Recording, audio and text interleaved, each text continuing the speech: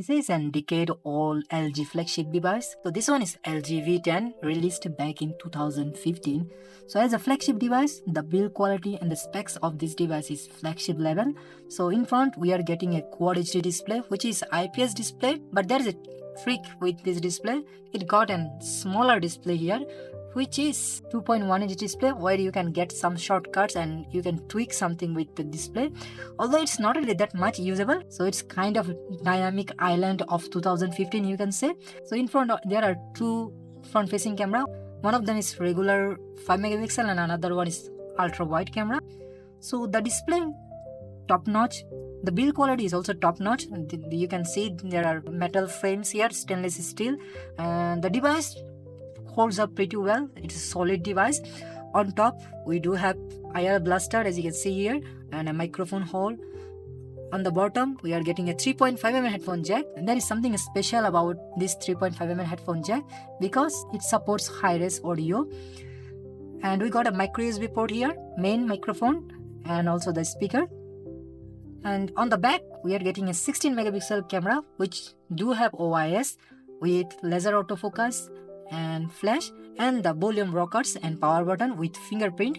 The fingerprint here is not really like today's device where you can touch and it will unlock the device, but here you have to touch and press like the older iPhone 5s. So it cannot work the device directly. You have to press the power button and it will unlock the device, and it's pretty fast actually, as you can see here.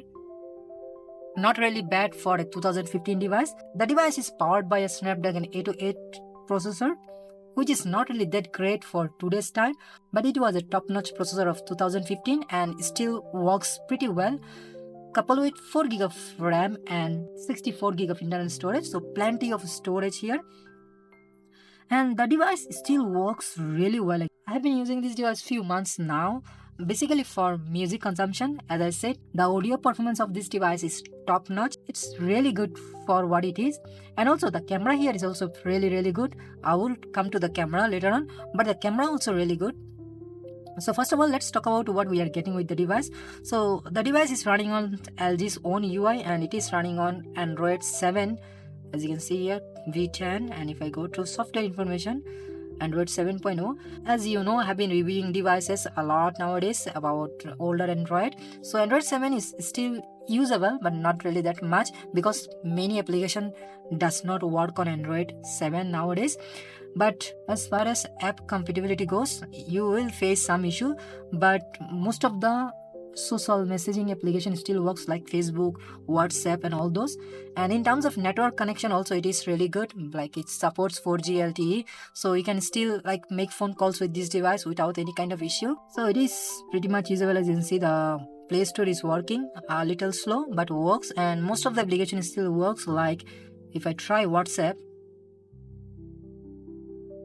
search WhatsApp, and WhatsApp is working here, no issue. So as you can see here, WhatsApp, Facebook, Instagram and everything works, but the device is slow. As I said, this is a 32-bit processor, so it can't really handle today's application that well. But as far as the stock application goes, pretty fast, everything works, no issue with the device. So few things here actually really amazing. First of all, the tiny display, as you can see here, you can do a lot with this display, and also it works as a always on display too. If you want, you can use, but it is not an OLED panel, so it does not look that good when it is in always on mode, but still pretty handy. It is kind of a 2015 version of Dynamic Island, but it can do much more than what Dynamic Island can do right now. So you can swipe, and also you can do a lot of things here, although I don't really find this thing that much usable. But as far as main display goes, it's really good. So content and everything looks pretty sharp here. And as far as entertainment goes, this device is still holding up pretty well.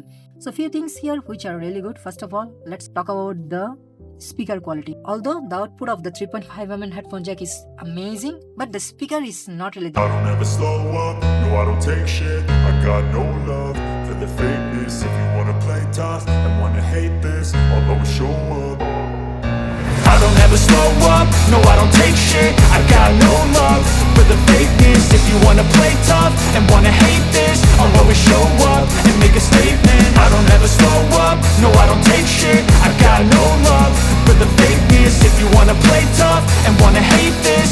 always show up and make a statement. Everything I do so instinctive and so passionate. Every word I move so descriptive like an adjective. I got a vendetta against people who patented being negative when you should be getting after it.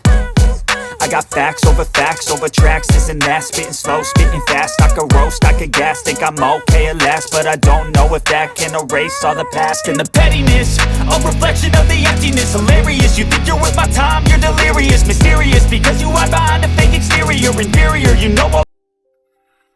So the speaker is pretty loud, but it is not really that great, even for 2015 device, because this was a flagship device from LG. As far as LG's device goes, they used to get really good speakers, but this one is not really that great. So one thing which is really great is the output of 3.5mm headphone jack. It got built-in 32-bit quad DAC. So whenever you connect your earphone here, so let me connect, you will see a notification here. As you can see here, it is turned on the hi-fi DAC. So not all the earphones can enable the hi-fi DAC, but most of the today's earphones can enable the hi-fi DAC, and this device sounds amazing. So nowadays people buys MP3 devices like Chinese MP3s, copies of MP3s. Those can't really provide that good music experience. So if you are buying MP3s, I think it's better to go with this kind of LG devices. They provide amazing sound quality for what price you will pay for this. So they sounds really amazing for the price right now. Like if you can get one of these devices for $20, and if you go with a good MP3 player right now, you have to pay more than that. But in terms of usability goes, this will provide you much better audio quality. You can do much more with this device, although it is going to be a little bit bulky, but the device provides really good music experience. As far as my experience goes with the music, this one is actually really amazing, and I'm trying music here actually for a very long time. I do have few other LG devices with quad DAC, and they all sounds really amazing. And one more thing about this device, as I said, the camera is also really good on this device. So first of all, let's open the camera. So as you can see here, the camera UI, it looks really good, because first of all, let me put it in auto mode. So in auto mode, as you can see here, you can't really do much. You can just take pictures, and you can go to mode section here. You are getting multi-view, where it will enable all the cameras, two front cameras and the main camera. And we have snap mode, we have panorama, slow motion, and time lapse, all those things. One thing which is really good about this common application is manual mode. So if you turn on manual mode, as you can see here, you are getting a lot of things here. First of all, you can select white balance, you can select focus, you can select ISO, you can select shutter speed. So as you can see here, you can see the focus point and everything here. Although it is looking a little bluish right now because of maybe white balance, so let me put it in auto mode. So on auto mode, so as you can see here, we can see the focus point and everything, and the camera still performs really well, and also it can shoot up to 4K 30 FPS. For a 2015 device, 4K is really good. Although this device struggle to handle 4K videos, but you are still getting the option. And even you can shoot manual videos too. As you can see, manual mode, you have control over all the things, and also you can see the microphone's performance and everything. It is now shooting at FHD 30 FPS, and you can choose white balance, focus, ISO, shutter, and everything. So kind of really amazing. And the camera is still holding up pretty well. I did take photos with this device, but there is no HDR mode here, but rather than that, the camera still works pretty well. In terms of usability goes, the device is still usable. It works pretty much fine. As far as my usability goes, you will not have any kind of issue with phone calls and messaging. So in terms of price to performance goes, this device is really good. Basically, if you need a device just to listen music, this is a top-notch device for that. If you want to get one of these devices, don't pay too much for this. You can get one of them for $20 right now, $20 to $25. For $20 to $25, I don't think you can get a better music player from this, which will give you good quality cameras, and still it is a pretty much usable smartphone. So you are getting a lot for the $25 actually, mainly built-in quad DAC. It is really amazing. So that's all about this decade-old flagship, which holding up pretty well and one of my favorite old flagship actually. So that's all about it.